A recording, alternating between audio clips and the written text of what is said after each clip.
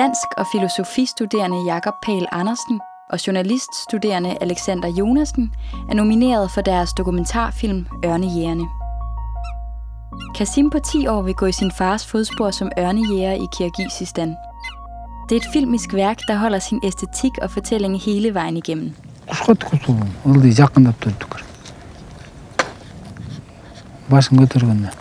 Қанша көпшілікке берсең, ошончо дос сага жакын болот.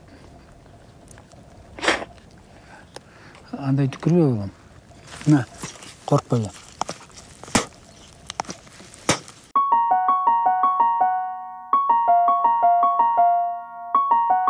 Fotojournaliststuderende Jonas Gjelgaard Olufsen er nomineret for sin fotoserie Shirley fra Næstved for Ekstra Bladet.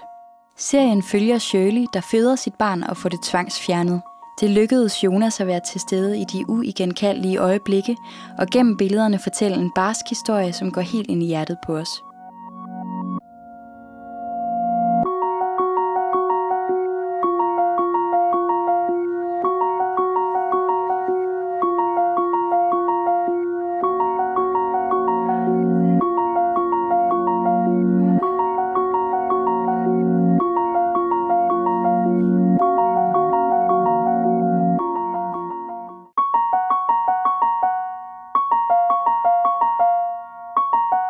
Fotojournaliststuderende Dennis Lehmann er nomineret for sin fotobog, Upernavik og andre fortællinger.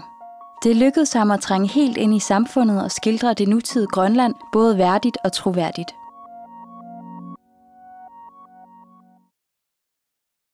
Lea ringer til sin søster, som fortæller, at hun har haft besøg fra politiet, som meddelte, at hendes søn har begået selvmord.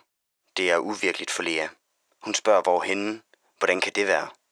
Lea havde aldrig troet, at hun skulle høre det ord forbundet med sin egen familie.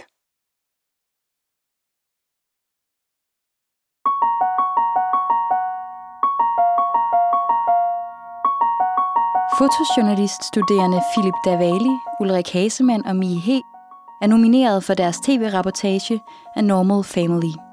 Det er historien om at være barn af handicappede forældre. De har formået at skildre de medvirkendes liv værdigt og æstetisk.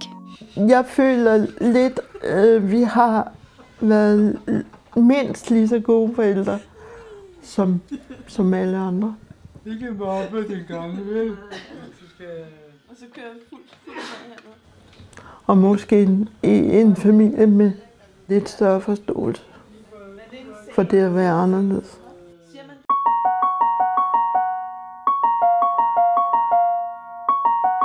Fotojournaliststuderende Lars Just er nomineret for sin rapportage Unspoken Legacy.